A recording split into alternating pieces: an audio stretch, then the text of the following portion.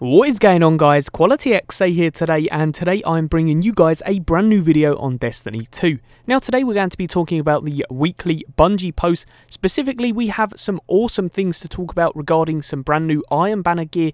As well as that, we have a brand new exotic ghost. We've got raid armor perks and a load of other stuff to talk about. So I'm not going to hold you back. Let's get right into this. So first off, we have the brand new Iron Banner, and it says, "It's time. A battle of Guardian versus Guardian returns. It begins on Tuesday, January the 30th and end Tuesday, February 6th. The game mode is going to be Control. This will be the first time Lord Saladin returns to the tower in Season 2. There have been some changes to how you'll go about decorating your Guardian with relics of the Iron Lords." And then it actually goes on to show you a load of brand new weapons. Now I am pretty excited about these weapons. Some of them look extremely cool, and I really love the brand new design of these reskinned weapons. They do look really cool indeed, and some of them do look pretty unique, so I'm pretty happy about that. We've also got the new Sparrow, new Ghost, as well as the new emblem as well, and altogether I'm pretty happy about this event. I've always loved Iron Banner, so I'm really hoping I can try and obtain all of these pieces of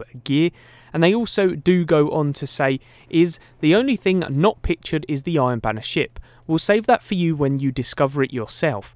If you are missing items from last season, they will still drop as possible rewards from the engram. There is also a new emblem that tracks how many lifetime rank ups for your Iron Banner you have earned in Destiny 2. You can earn it by completing the Iron Banner milestone. We've received a lot of feedback from previous Iron Banner events that players preferred a way to directly acquire items. We have added the ability to obtain armor and 3 different weapons from Lord Saladin during each event. Here is what he has to offer next week." So I am extremely excited about this. It looks like they have genuinely fixed and put some time into Iron Banner, so I'm extremely happy. Having the ability to purchase some of the stuff that we want as well has just really excited me, and it's sort of going back to the way when everything started to work. And Iron Banner obviously being one of the better game modes in Destiny, I really cannot wait to see what it's like in 6v6 if they ever do that again. But regardless, still pretty awesome, and the reward sounds really cool as well. And I'm glad that we'll still be able to get all of the previous rewards from engrams, which is also really cool, because I know I missed a couple of pieces of gear on my alternative characters. But as well as that, it seems that they are hiding the Iron Banner ship. Now I really cannot wait to see that. For something them to hide, definitely has to have some type of ability or perk, or might just even look really cool. Let me know your thoughts on that comment section below if you're going to be playing Iron Banner as well. Next up, we do also have these pieces of gear for the Iron Banner, and it says, "The final way to earn rewards is by completing challenges. Ornaments are available for all of your Iron Banner gear, and you can unlock them by completing various objectives for Lord Saladin." Here we have a preview of all of the gear, and I have to say, it looks absolutely phenomenal indeed. All of these ornaments make this gear look really cool. You look like a deadly samurai. That's the only way to explain it. My personal favourite here is definitely the Titan. There are no limits to how many engrams you can acquire or how many tokens you can earn. Get as much playtime as you can during the week. It will always move you a little closer to opening another engram, earning another ornament, or purchasing a piece of gear from Lord Saladin. Go nuts. Now again, really cannot wait for this Iron Banner. I'm definitely going to try and get as many pieces of gear, ornaments, everything as possible, because I'm genuinely excited. I know I've said it quite a few times now, but yeah, like I said, let me know in that comment section below if you're going to be playing Iron Banner. Moving on, we're actually going to be talking about the Masterworks armor. So let's get right into this. So they're actually coming next week with the Iron Banner update, which is happening January 30th. Now, as well as this, we're actually going to be getting some benefits with these Masterworks armor. So it says, each armor piece grants 3% damage resistance while using a super. This stacks for 15% damage reduction if you have a full set of Masterwork armor. Masterworks armor can be reworked to shape a different stat package, heavy, light or restorative, for 1 Masterwork core and 10 legendary shards. We also have that you can rework the stats on your armor. The results will still be stat packages that are found on other pieces. There is a UI bug right now where you can try to quickly rework armor sets. It will appear to rework the same stats. It doesn't actually perform the rework function or use your materials, but it can be quite scary, so we wanted to give you a heads up. This is just the first version of Armor Masterworks. We are planning to continue updating the system and adding additional benefits as always. If you have any feedback, please let us know. Happy hunting. Now I am extremely excited about this. Obviously you can get all of these Masterworks. You have a high chance of getting them from Trolls of the Nine raid activities, as well as getting them from engrams. Now what's exciting about these is obviously the bonuses, as well as the fact that you can actually rework the armor to get different stats. So it can go into mobility, resilience, or recovery. So again, I am extremely excited for the Masterworks armor, as well as using Masterworks weapons together. I can imagine there being some huge advantages by using these, obviously getting the 15% damage reduction, as well as getting orbs of light to drop with your weapons. And they do say that this is only the first version of Armor Masterworks, so some exciting changes could come into play, and I really cannot wait to hunt for the best gear. Let me know if you're excited for that in that comment section below. Next up we have Raid Reward Renewal. So the senior designer, we're just going to call him Daniel because I'm not going to butcher that second name, and he actually speaks about how they're changing the rewards from the Leviathan raid. With the upcoming January patch, we're making a number of changes to the way the raid rewards work. We've been hearing that the current system doesn't feel exciting when you kill bosses, that tokens aren't interesting enough, and that you want more deep chase items to hunt down. This is our first swing at tackling some of those, and we hope you'll jump in and play with these changes a bit and then let us know how you feel. For now, let's dive into the changes and talk a bit about our goals and thinking with them. So, Raid Armor now with Raid Perks. You heard that right, guys. So Raid Armor now drops with perks that function on the Leviathan.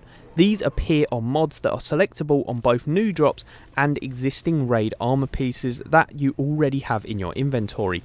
Additionally, these mods are reusable. If you swap to another one, these will always list to swap back on your Raid Armor for the low price of 1 Callus token.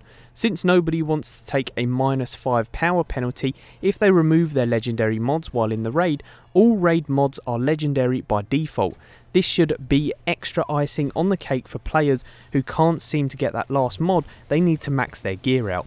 The goal for all of these perks was to elevate the power of Guardians in the raid, and we aimed to build things that were useful in every encounter. As a result, we avoided things that relied on specific mechanics to be useful and moved to broadly useful perks like recharge your grenade when you activate your super and deal 20% extra damage after getting a melee kill, as opposed to things tied to specific mechanics. You can also see here in this little preview that we actually have an image that says Emperor's Blaze, while on the Leviathan your solar abilities deal 25% more damage. I can honestly say that that is going to be an awesome perk, especially if it works for Void, Arc, and all of these perks will be extremely helpful in completing the raid. You'll be doing so much more damage if your whole team uses these. So let's say if you have 4 teammates using this, you will be doing 100% more damage. It's absolutely insane and really incredible. Next we have double drops. So clearing the prestige now gives you prestige and normal items.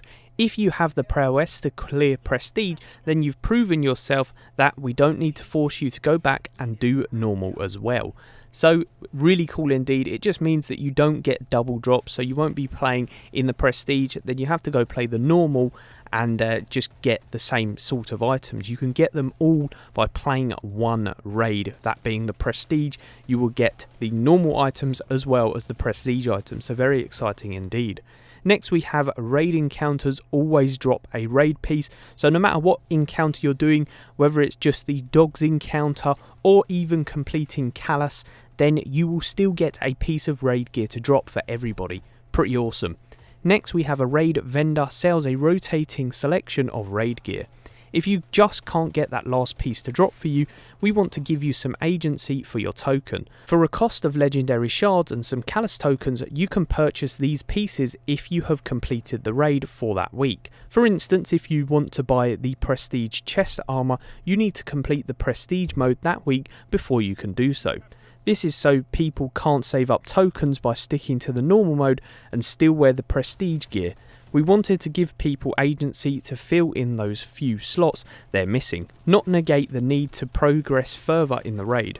Old Benedict will change up what pieces they will have on sale for purchase each week. And then last but not least for the raid, we have a new item which is an exotic raid ghost shell known as the Contender Shell.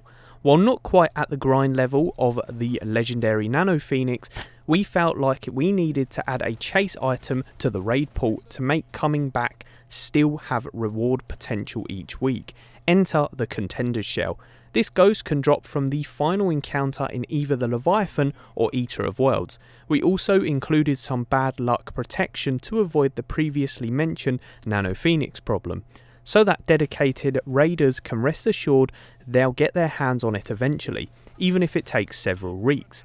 Now, as you guys can see, this looks very exciting indeed. This ghost shell looks absolutely beautiful, and this is what paragraph came with this picture. So it says the Contender Shell comes with some brand new perks that we're hoping helps reward players that keep clearing the raid even after they've gotten their ghost. Both active only on the Leviathan and its lair, they aim to make the Leviathan encounter rewards stay awesome. First, Seeker of Brilliance enables the chance for encounters to drop bright engrams from their loot pools. Every time it doesn't drop a bright engram, we increase the chance for the next. Remember, those exotics can drop from encounters I was talking about earlier. Well, Seeker of Opulence means these exotics have a 50% chance to pull from a list of exotics you haven't collected yet, instead of the standard list. Lastly, to top off this pretty rad ghost, we threw on Seeker of Glory, which provides a tracker for the number of encounters you have defeated on the Leviathan. Now this is absolutely phenomenal. I am definitely going to be grinding this to obtain this ghost shell. Just this ghost shell alone is enough loot to make me want to grind raids. It's unbelievable that they've actually put this in, and it's just, again, more endgame for us to play. This is what we want as Bungie players. Well, it's certainly what I want, and I really cannot wait to try and grind for this ghost. Let me know if you guys are definitely going to be going for that as well. Moving on, we have the final pieces of this article. So we have a patch note preview. So this is the up and coming 1.12 update on January the 30th. Here is a few other fixes that are coming out as well. So we have the Prometheus lens. The flame refraction perk now generates ammo instead of pulling from reserves. Increased base damage. Fixed an issue in where new characters created after the release of Curse of Osiris were not receiving the flashpoint milestone. Players in social space like the tower receive a notification when they're lost and found at the postmaster is full. Heroic strike completions now have a great chance of granting exotic rewards. Mercury challenges are now available during adventures. Fixed an issue where Curse of Osiris strikes were not properly granting clan engrams when featured as a nightfall activity. Fixed an issue where challenges were not appearing within quick play and increased the dismantle timer for Masterwork cores.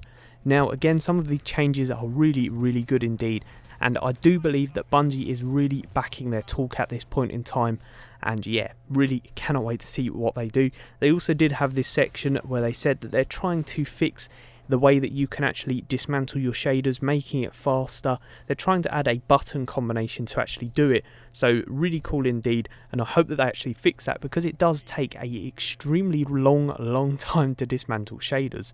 Next up, we have a brand new webcomic book, now The Fall of Osiris. So this is coming soon from what we know. Really cannot wait for the next episode. The first one was pretty darn awesome. And then last but not least, we have this from Cosmo. So he says, some of what we're talking about this week are just the first steps in the plan we laid out in our development update a few weeks ago. You can expect the next update to land in February. We don't plan on going dark until then. We'll be around, keeping you informed on how everything is going. Next week we will send out a graphical roadmap that will illustrate the updates we have planned for the coming weeks and months. With Armour, Masterworks and the new raid rewards, next week is a prime opportunity to revisit the Leviathan. If raiding isn't your jam, Iron Banner is calling your name. I plan on partaking in both. Maybe I'll see you out in the wild. Cosmo. So this update was absolutely phenomenal indeed. Like I said, this was packed full of updates, really good news and just good stuff in general. I really do think Bungie is smashing it out of the park. They are talking the talk, so hopefully they can walk the walk, and like I said, I am genuinely excited for some of this update. And next week I really cannot wait, because they are bringing out the graphical roadmap, and that's going to be really exciting to see where all of these future updates will land us. And yeah, that's pretty much the video, guys. If you did enjoy it, it would be much appreciated if you slap that like button. As always, the link will be in the description to this blog post if you wanted to check it out yourself. And as always,